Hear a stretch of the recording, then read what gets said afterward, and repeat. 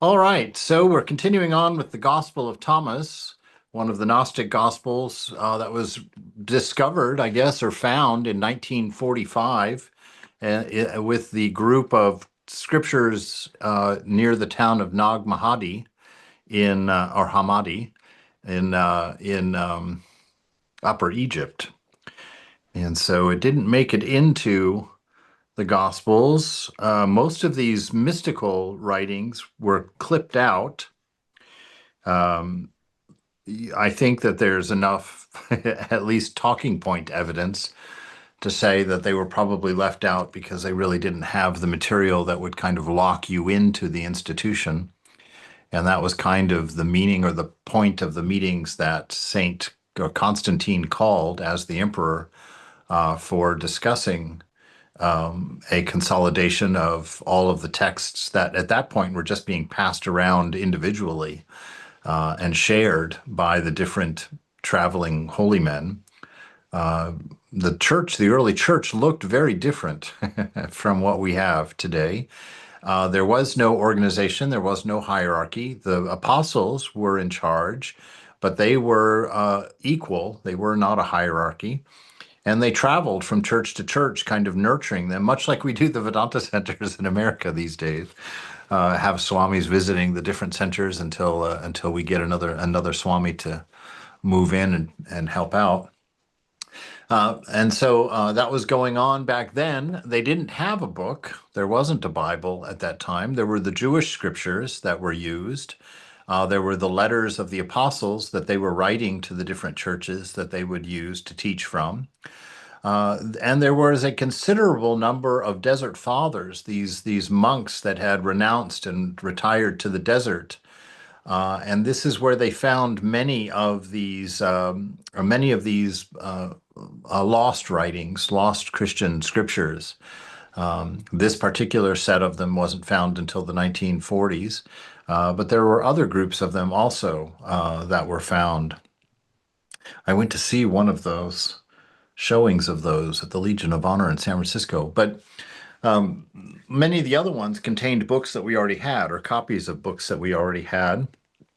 And they found them to be relatively intact, that the translations had not changed that much, that there were not that many errors in the texts.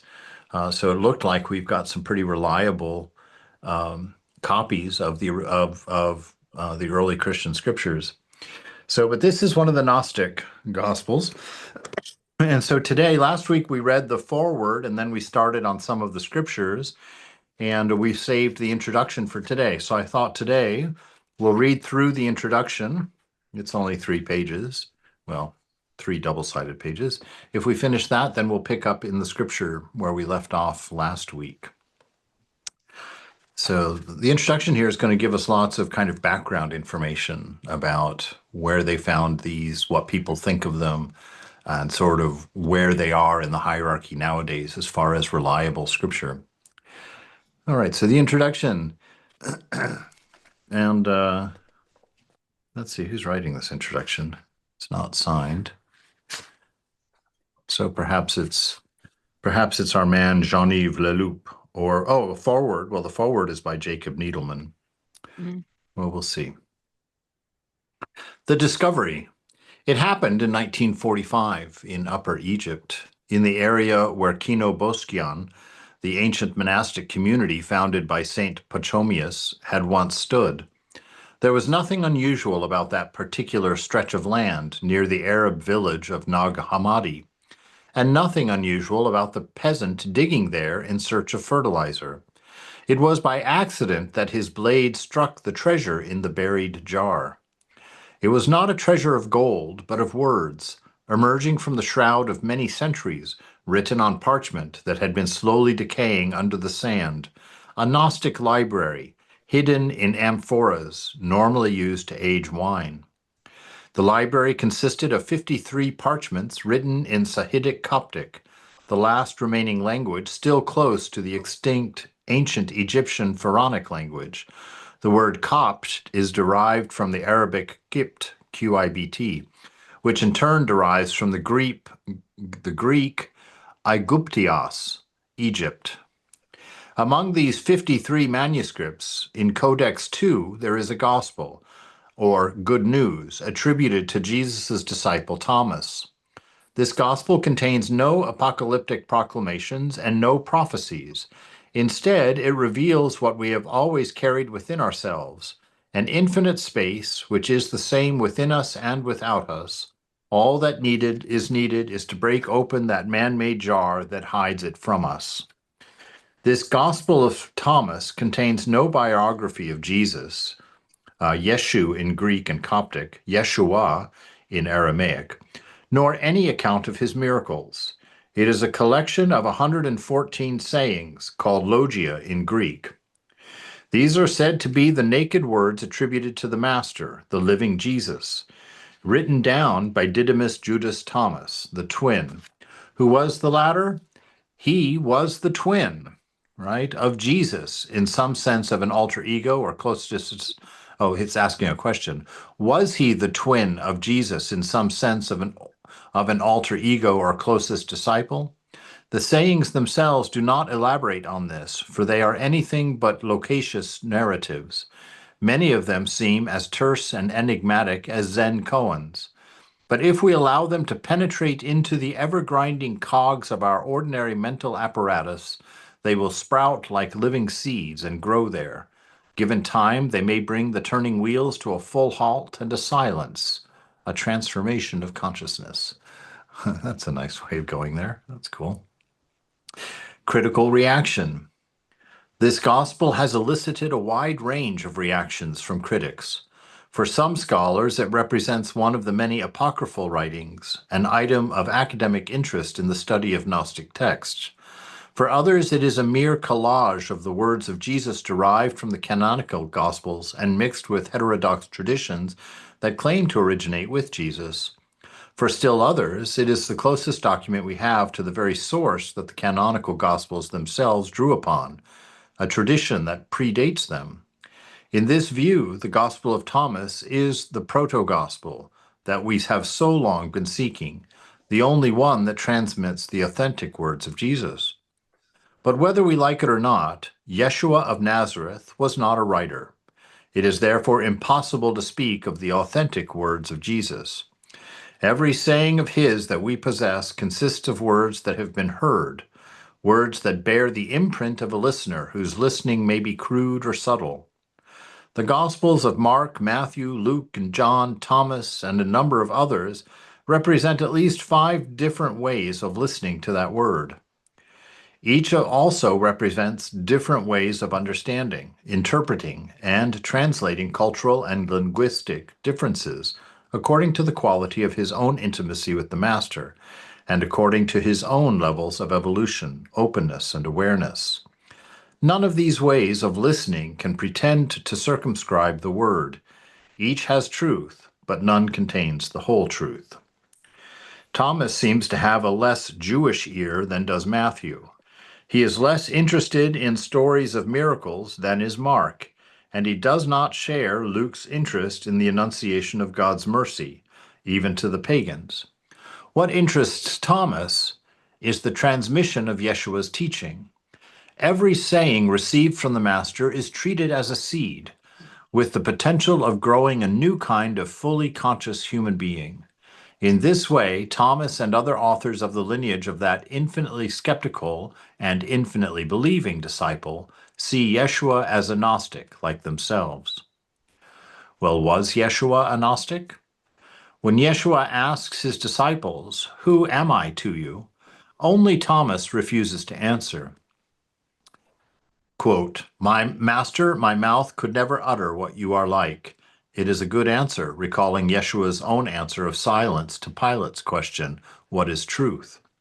Perhaps we too would do well to keep silent instead of answering Jesus is this or Jesus is that.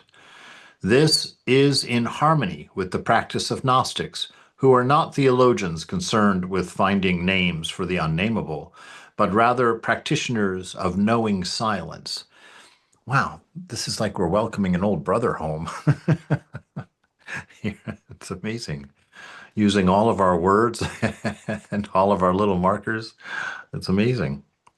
Yeshua is what he is, No one possesses a total and complete vision of him. Yeshua only affirms with love and power a pure and simple I am. And this affirmation awakens a mysterious echo in each of us. Boy, I'll say. But what is his teaching? It is in relation to this question that the Gospel of Thomas can be considered a Gnostic gospel, but only if gnosis is understood to be non-dualistic and is not confused with certain forms of dualistic or Manichaean Gnosticism. Right? Gnosis means the Greek word gnosis is related through its Indo-European root know to the English word knowledge, the French word connaître, and the Latin cognoscere, the Sanskrit jnana, and many others. All right, so we've got jnana. We've even directly from the root, the Sanskrit root jnana. Gyan, amazing, really amazing. All right, but only if gnosis is understood to be the non-dualistic and is not confused with certain forms of dualistic or Manichaean Gnosticism. Indeed, Yeshua appears in this gospel as a being who seeks to awaken us to our own state of consciousness. This is also consonant with the passage in the Gospel of John in which he says, "Where I am, I also wish you to be. The Spirit given me by my Father, I have also given to you. I am in you, and you are in me," and so on. Like the Eastern sages, Yeshua speaks in paradoxical aphorisms that invite us to become conscious of our uncreated origin. Ooh, wow, that in a Christian scripture. Wow. Wow, sorry. My little uh you know, what am I trying to say? My little seminary self just stumbled over that word. I can't believe to see this in a Christian book. This, like the Eastern sages, Yeshua speaks in paradoxical aphorisms that invite us to become conscious of our uncreated origin. Oh my God. Okay, I'm sorry. Outside, we're out of our context here, but in a Christian context, that is a staggering sentence. That is a staggering sentence. To become conscious of our uncreated origin, of our boundless freedom, even in the midst of the most severe contingencies. Thus we awaken to absolute reality, right in the heart of the bleakest and most relative of realities. Oh my God, this is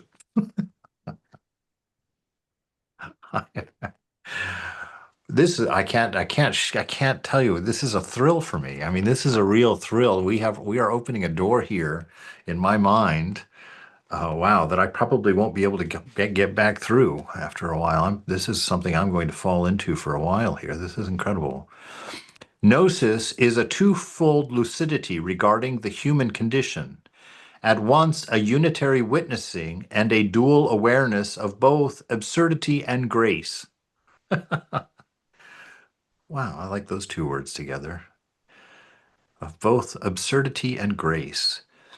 Relative reality shows us that we are dust and return to dust.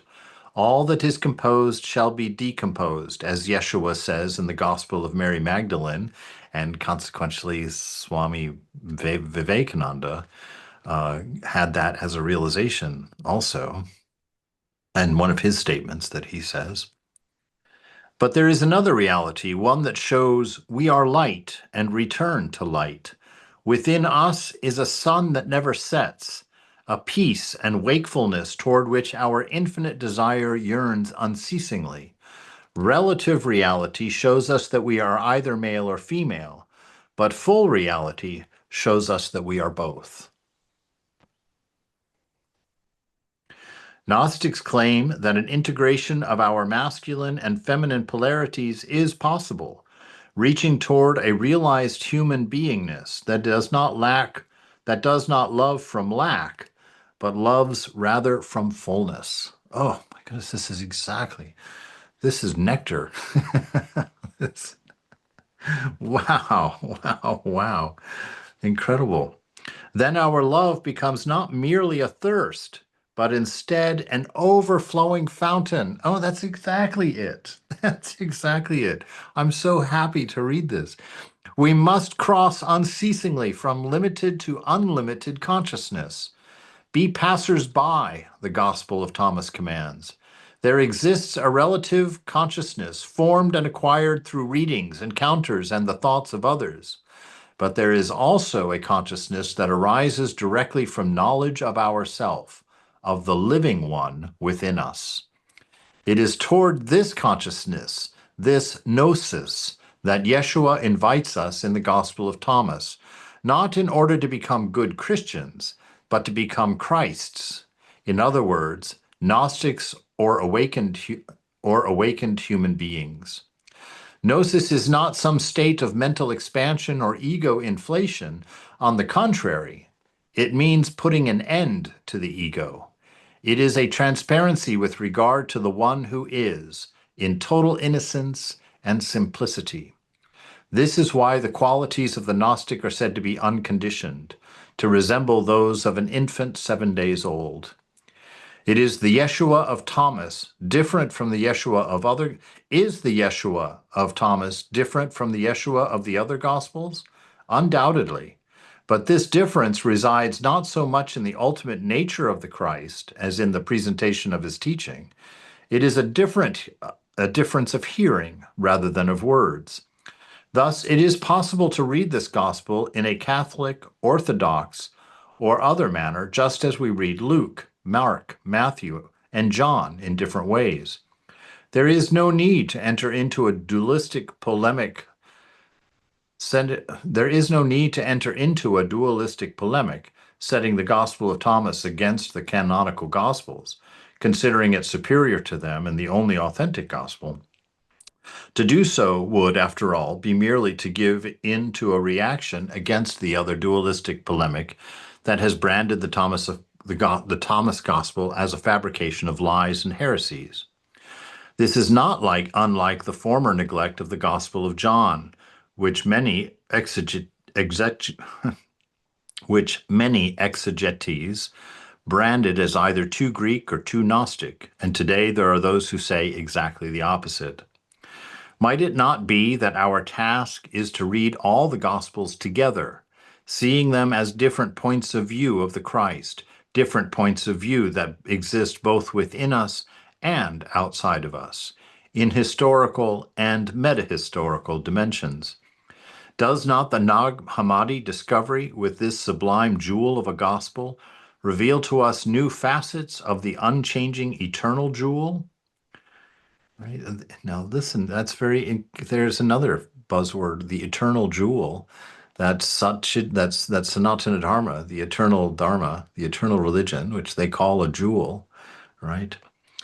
Is it not our task to go beyond both naive enthusiasm and doctrinaire suspicion, to cultivate the ear of the golden mean and to learn to listen to the Spirit, which speaks to all human beings, beyond all churches, beyond all religions, and beyond all elites?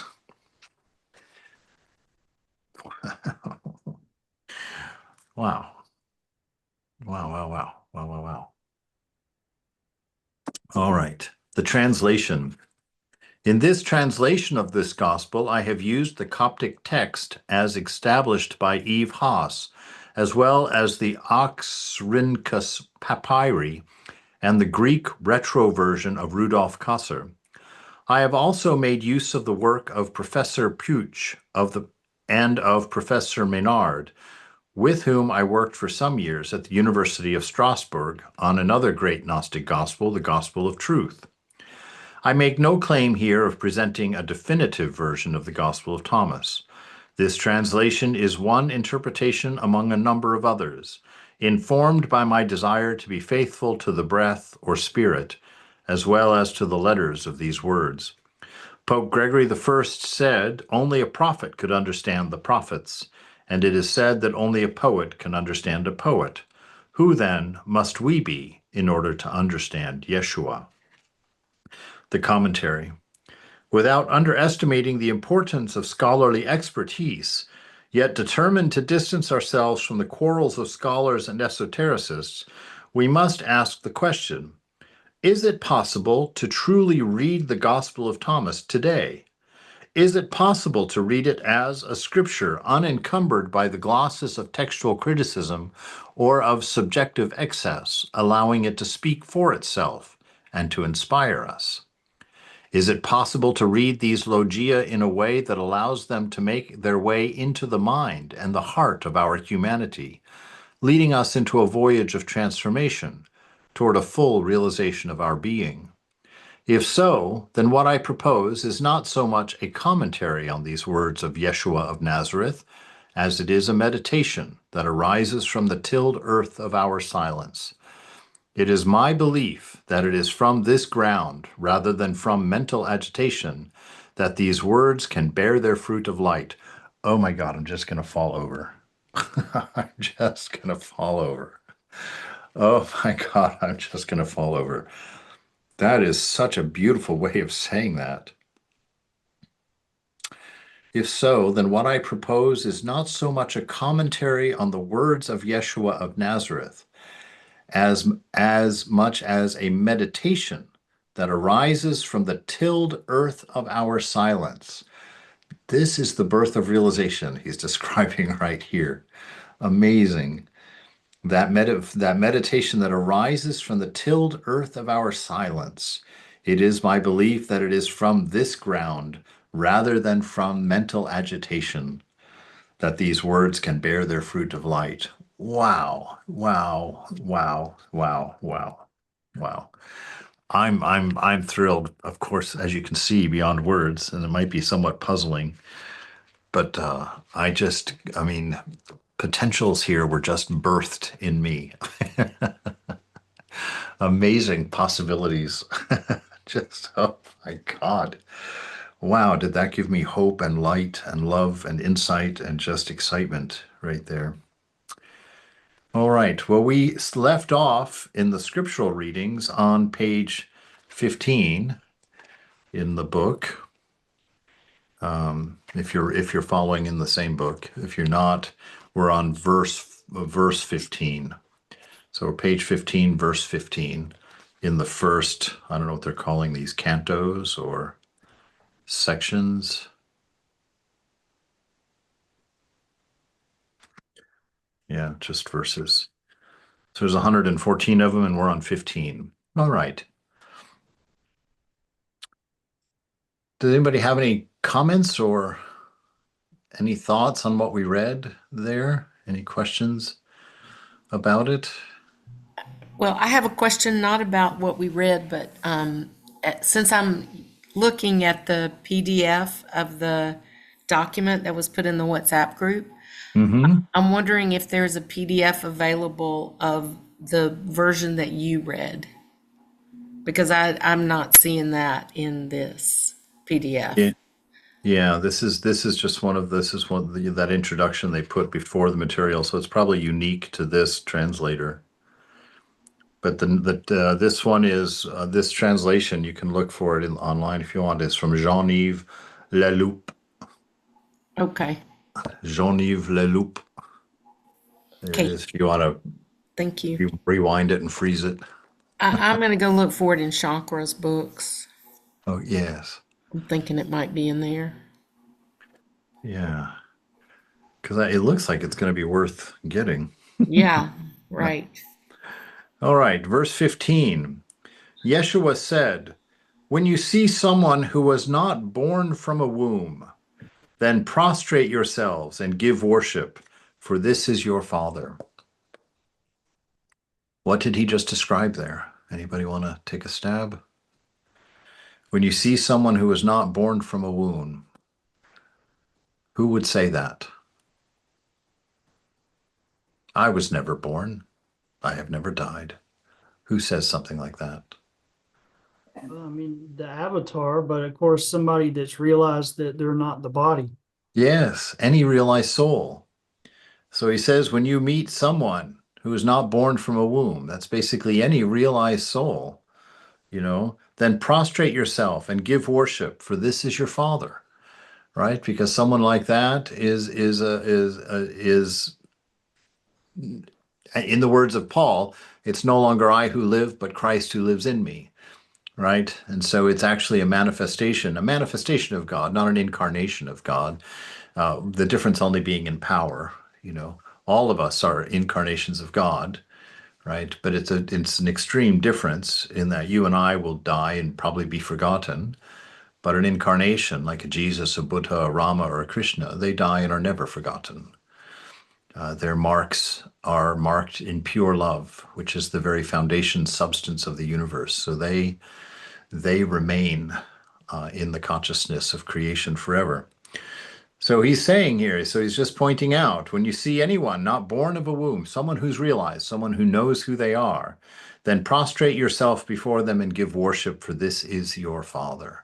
There is no ego in that person to block your worship from going straight to God, right? That person is egoless, and so the self in them is the pristine self of the divine.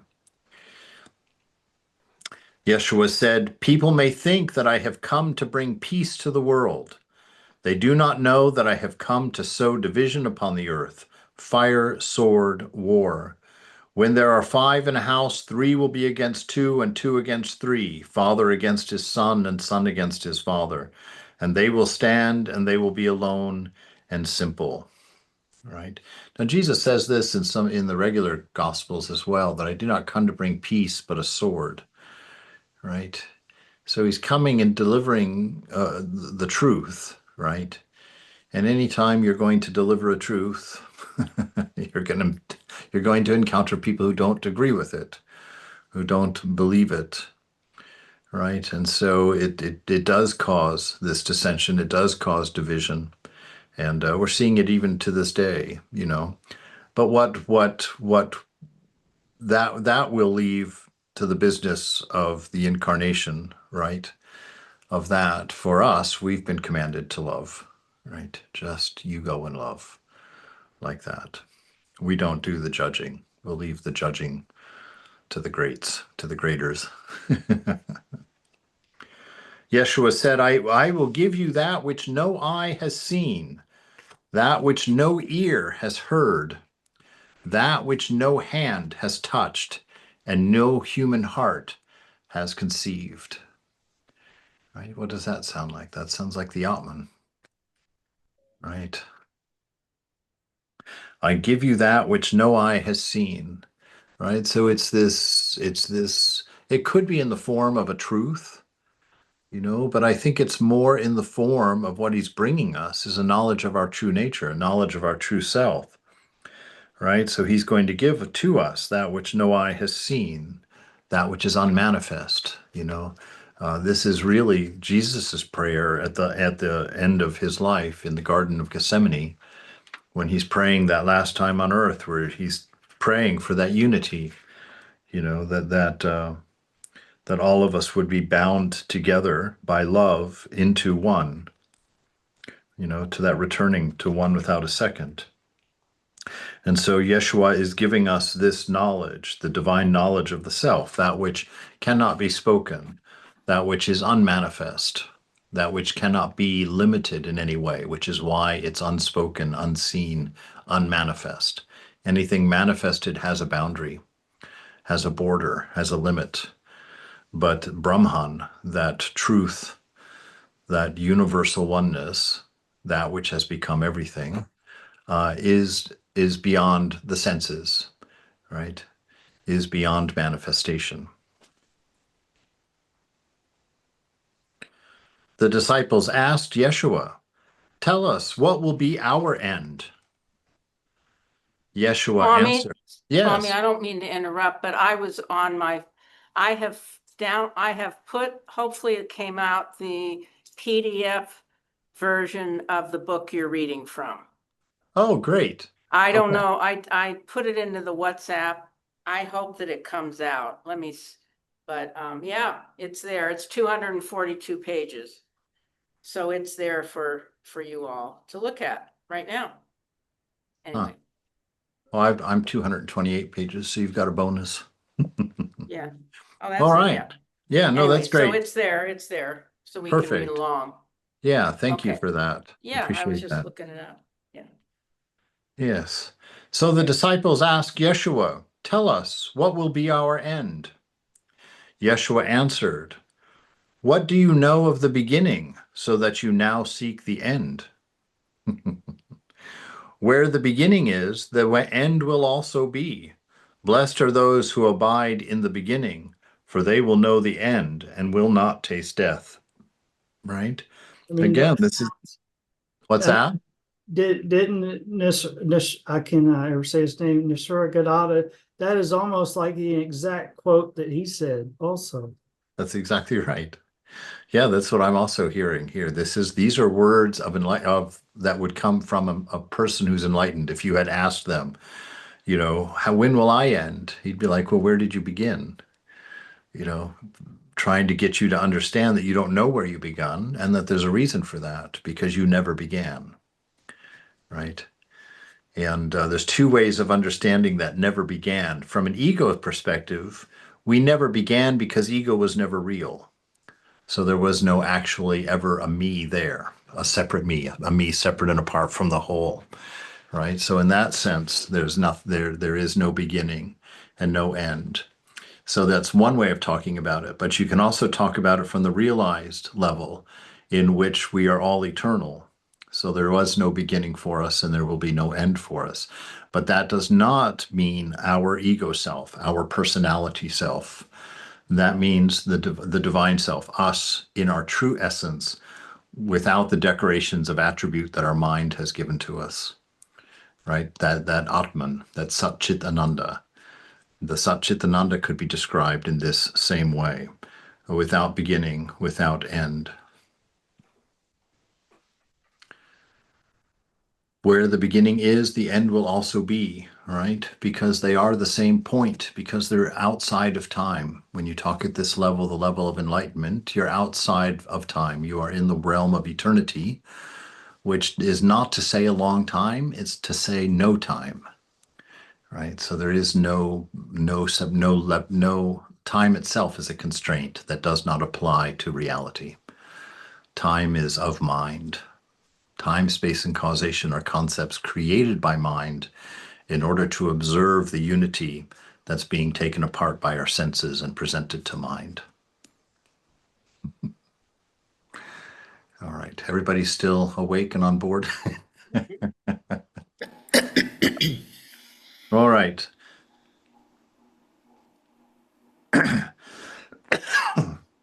Blessed, and Yeshua said, "Blessed is the one who is before existing." Right? So that's the isness of the unmanifest. All right. So that's the realm of the absolute unchanging, the absolute unmanifest. So blessed is the one who is before existing. If you become my disciples and listen to my words, these stones will serve you. In paradise, there are 5 trees that do not change from summer to winter. Their leaves do not fall. Whoever knows them will not taste death. Oh boy, there's some homework.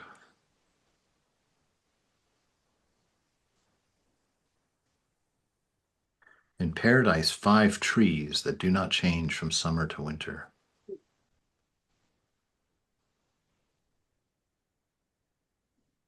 We're going to have to put that out there as a riddle for all of us to look up for next year. I would say the first place to start looking is in the Torah. Look in the old Jewish scriptures and see if you can find a reference to the 5 trees that were in the Garden of Eden. We know 2 of them, the tree of immortality and the tree of the knowledge of good and evil. But they weren't necessarily said to not change from summer to winter. That would indicate something outside of time again. Swami, Yes. you can also ask Google. What did Google have to say? It's not the AI answer, is it? I don't trust Yeah, AI answers. yeah. It is What's the it, what's AI it, answer. well, what's it say? Interpretations of the 5 trees. One of them is 5 senses, aspects of the mind. Some interpretations suggest the 5 trees represent the 5 human senses. 5 types of consciousness. Others propose they symbolize different levels of consciousness, like mind, thought, reflection, consideration, and reason. And it goes on and it gives a few more. Uh-huh. Okay.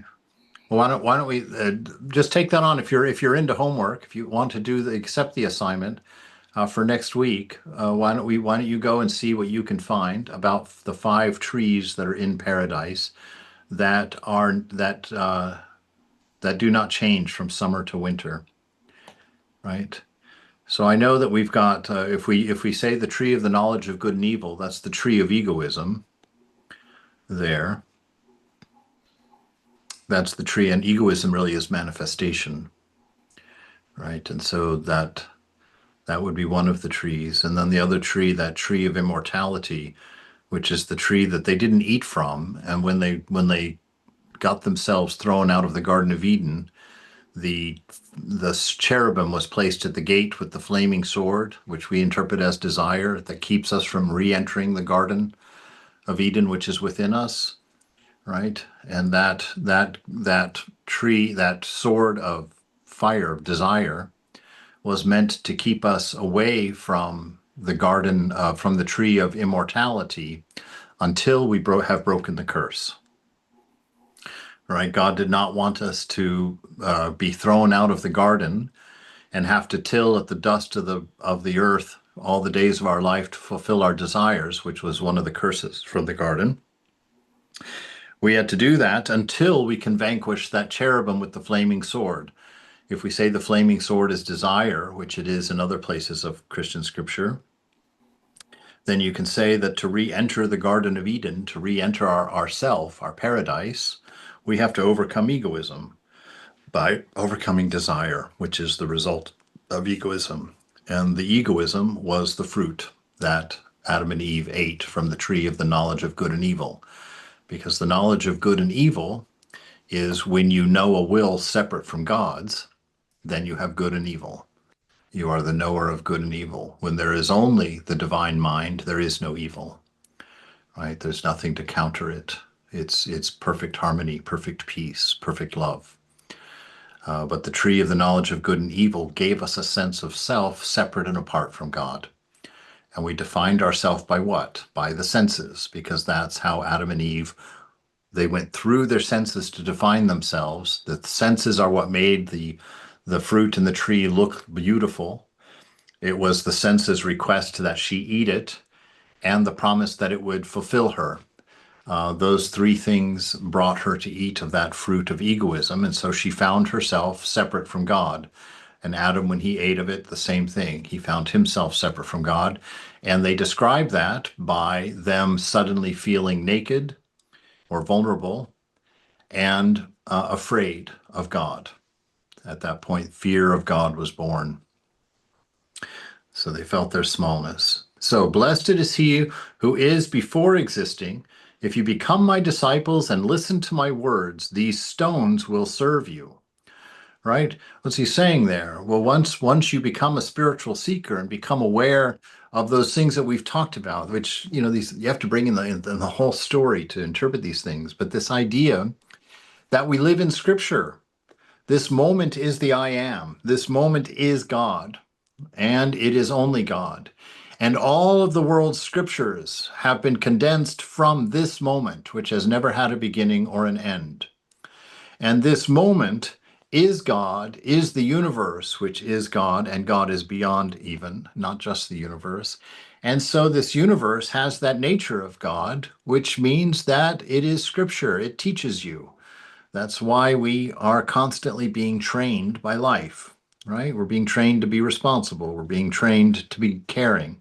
We're being trained to be forgiving. We're trained to be accepting, right? This is what life teaches us, to expand if we're learning the lessons, if we know who we are and what we're learning, right? These stones, this very world, everything about this world, everything that you encounter in this world will teach you, will give you a lesson, because it all comes from God. In paradise, there are 5 trees that do not change from summer to winter. Their leaves do not fall. Whoever knows them will not taste death. The disciples asked Yeshua, "Tell us, what is the kingdom of heaven like?" He answered them, "It is like a grain of a mustard, the tiniest of all seeds. When it falls upon the well-plowed ground, it becomes a great tree where birds of heaven will come to rest." Right? Yeah, there it is. Born of the tiniest of Swami, is seeds. that in the Synoptic Gospels? That's this, the mustard seed. is Yes. In the Synoptic, okay. Yes, although he normally talks, he doesn't use it as a description of the kingdom of heaven, I don't think. There he talks about its faith. If you have Yes. faith the size of Yes. a mustard seed. Yeah, very good distinction, right. Yeah, Interesting. yeah. Very fascinating. So he says it's like a grain of mustard, the tiniest of all seeds. So it seems insignificant, very small. But when it falls upon well-plowed ground, and that means a heart that has been brought to maturity, a heart that's ready for a teacher, for a guru, right?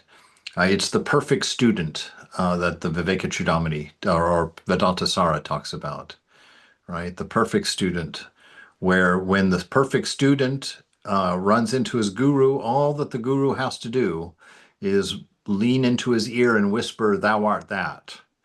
And boom, the person comes to enlightenment because they were ready. They were sitting at that point. It was the moment, right? And so it's like a grain of mustard, the tiniest of all seeds. When it falls upon this kind of ground, the heart of a person who's ready, who's ripe, right? It becomes a giant tree where birds of heaven will come to rest, right? It'll be a blessing to the world. It'll be a cooling influence protecting you from the scorching sun of existence, right? And all the birds of heaven, all of God's creatures, all of his helpers, workers, enlightened souls, whatnots, will all rest in that tree. Like we all are gathering under Ramakrishna's wing or under Buddha's wing or under Jesus's wing. They are the trees. They are the ones that have realized, right, and have shared their words and given us peace and given us hope and given us grace and put us in touch with the truth to set us free. And we are some more of those birds that are gathering under those trees. Mary asked Yeshua, "What are your disciples like?" He answered, "They are like little children who have gone into a field that does not belong to them. When the owners return and say, 'Give us back our field,' they will remove their clothes, seek and see themselves naked before the owners, and leave the field to them." Right? So they are like little children, which we know that means guileless. That means that their attachments are minimal, right? That their anger is like a line on water. They don't stay angry for very long. They'll fight with their friend, and you come out of the room and come back in, and suddenly they've made up and are playing sweetly together again, right? So they've got that guilelessness, they've got that sweetness, that innocence. They're not complex. They're very straightforward. So they are like little children who've gone into a field that does not belong to them. So we've been born into this world where we don't belong, a world where we can't find comfort, right? Where we're always trying to find something to fulfill us, always trying to find something that's meaningful, something that's deep, something that will give us rest, and just never finding anything in this world that does that. Everything here is temporary. Everything here is dying and rotting. or birthing and growing, right? But nothing is remaining. Nothing is that you can stand on, nothing that you can depend on. So we've gone into a field that does not belong to us. When the owners return and say, "Give us back our field," they will remove their clothes, see themselves naked before the owners, and leave the field to them, which means they will understand at the end of time or at the end of life, there was nothing here for me. I'm not taking nothing with me. Right? It's like renunciation. That's what Ramakrishna says. All that is required for your enlightenment is one grand renunciation, he says. And this is that, to remove their clothes. St. Francis did this. St. Francis wanted to join the monastery, and he was at the church with the priest and was wanting to join. And his father, a very rich merchant, comes and finds him there and forbids him to join the monastery. And Francis says, "On what grounds?" He says, "I'm your father. I clothed you. I've given you everything that you own." And on the spot, St. Francis strips completely naked, throws all of the clothes back to his father's feet, and joins the monastery naked. So this is exactly what he's talking about here. These are what his disciples look like, that pristine renunciation. After pristine discernment, so knowing the nature of material, of this world, that there's nothing here for the soul, right? So they're like little children who have gone into a field that does not belong to them. When the owners return and say, "Give us back our field," they will remove their clothes, see themselves naked before the owners, and leave the field to them.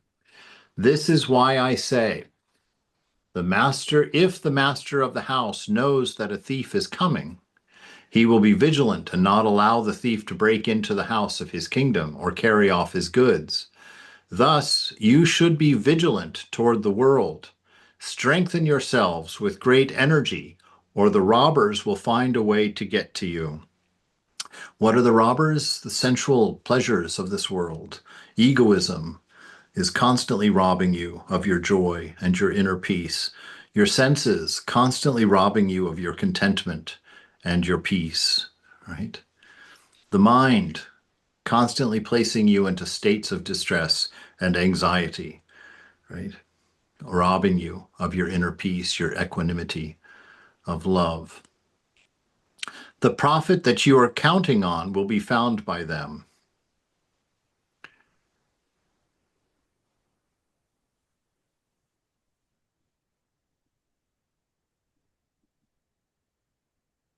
May there be a wise person among you.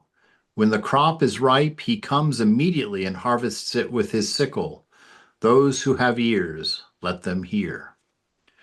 Right, so that last sentence there is the same as saying, same as looking for this person who's got the ripe ego, that one who's ready to hear the truth. Yeshua saw some infants being nursed at the breast. He said to his disciples, "These nursing infants are like those who enter the kingdom." The disciples asked him, "Then shall we become as infants to enter into the kingdom?" Yeshua answered them, "When you make the two into one, when you make the inner like the outer, and the high like the low, when you make male and female into a single one, so that male is not male and female is not female, when you have eyes in your eyes, a hand in your hand, a foot in your foot, and an icon in your icon, then you will enter the kingdom." Pure Vedanta. Pure Vedanta. Right? It's just like that enlightened soul that one of the disciples ran after and was trying to get a teaching from. And the soul was trying to, or the sage was trying to run away. And the Ramakrishna's disciple was chasing him. And finally he turns around and says, "What do you want?" And he says, "I want to know the truth." And he says, when you cannot tell the difference between the water in that ditch there, or when you see that the water in that ditch there and the water in the Ganges there are the same, then you will know the truth, right? So that when that collapse of duality, when you see everything as God, right? One without a second.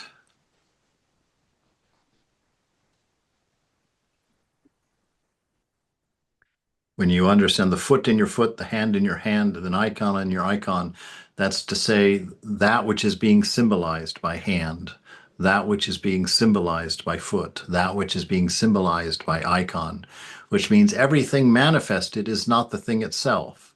Everything manifested is a sign pointing toward that which it is manifesting, right?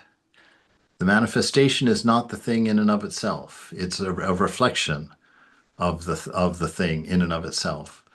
And so when we come to know that, right, when we come to know that which is indicated by manifestation, that which is indicated by appearance, that divine Brahman, then we will enter into the kingdom. At that point, you find you know who you are, you know your nature, you know your identification, and through that you are free. Yeshua said, I will choose one of you from 1,000, and two of you from 10,000, and they will stand as one, alone and simple. Right? I think that might be very similar to that story about those who are flying kites. Right? There could be 1 in 100,000 will break free. Right? And when a kite finally breaks free, mother jumps up and down, dances and claps her hands to celebrate that freedom. So he says, I'm going to choose you from 1,000, right? And I'll choose two of you from 10,000. And they will stand as one, right? Knowing their unity, simple and alone, guileless, right? Guileless and awake, alert, independent. His disciples asked, Teach us about the place where you dwell, for we must seek it. He told them, Those who have ears, let them hear. There is a light within people of light, and they shine it upon the whole world. If they do not shine it, what darkness? Right? So the place where he dwells, he's in that land of light all the time. There is a light within people of light, right? And what is that light? It's that light of awareness, that light of love, that light of Satchitananda. And they shine it on the whole world. That's how we know them. Right? Jesus even makes that statement, and you will know they are disciples by their love. Right? Ramakrishna also makes that statement about his disciples, that we're known by love, the light of love, and we shine it on the world. Right? And if it does not shine, if it is not shine, oh, what a darkness. What a deep and confusing place this world is with no love. Right? What darkness. Yeshua said, love your brother and sister as your own soul. Protect them as you do the very pupil of your eye. Right? What an intimacy he's expecting that we have for everyone. You know, that we protect them as we protect our own eye. That means that it's natural and instinctive to us to protect them. That there's not a debate about it. There's no question about it. If they need help, as fast as if somebody starts putting something toward your eye, you're there instinctively, instantly to make sure that thing, to blink, to turn your head, to hit your hand, whatever it is. And so that is how our service is to be, that quick, that instinctive, because it's what we are. There's no question, and we are ready always and prepared for service. Yeshua said, You see the sliver in your brother's eye, but you do not see the log in your own eye. Right? This is seeing others people's faults and without recognizing your own faults. When you remove the log from your eye, then you will see clearly enough to remove the sliver from your brother's eye. Right? So when you get your own biases and delusions and wrong thinkings taken care of about who you are and what you are, only then will you be able to see the truth and be able to teach it to another, to give it to another, right? So our effort is our own purification, right? And then the love that becomes apparent in us through that purification, that is what spills over in abundance to the rest of the world. When we cure ourselves of egoism, our love flows equanimously in all directions, with no preference, no favoritism. Yeshua said, If you do not fast from the world, you will not find the kingdom. Right? So the world is contrary to God in the sense not that it's separate, but in the sense that if you are paying attention to the changing, you will not have the subtlety or the ability to experience the unchanging, right? That bliss of being, that constant, unchanging bliss of isness, that depth of wisdom in being. If you do not fast from the world, if you don't renounce the world, if you don't renounce the changing, you won't find the unchanging within yourself. If you do not fast from the world, you will not find the kingdom.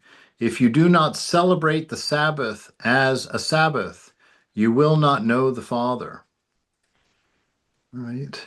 So this is just knowing the essence of these teachings, of these scriptures, of these rituals, of these ideals, of these teachings. Right?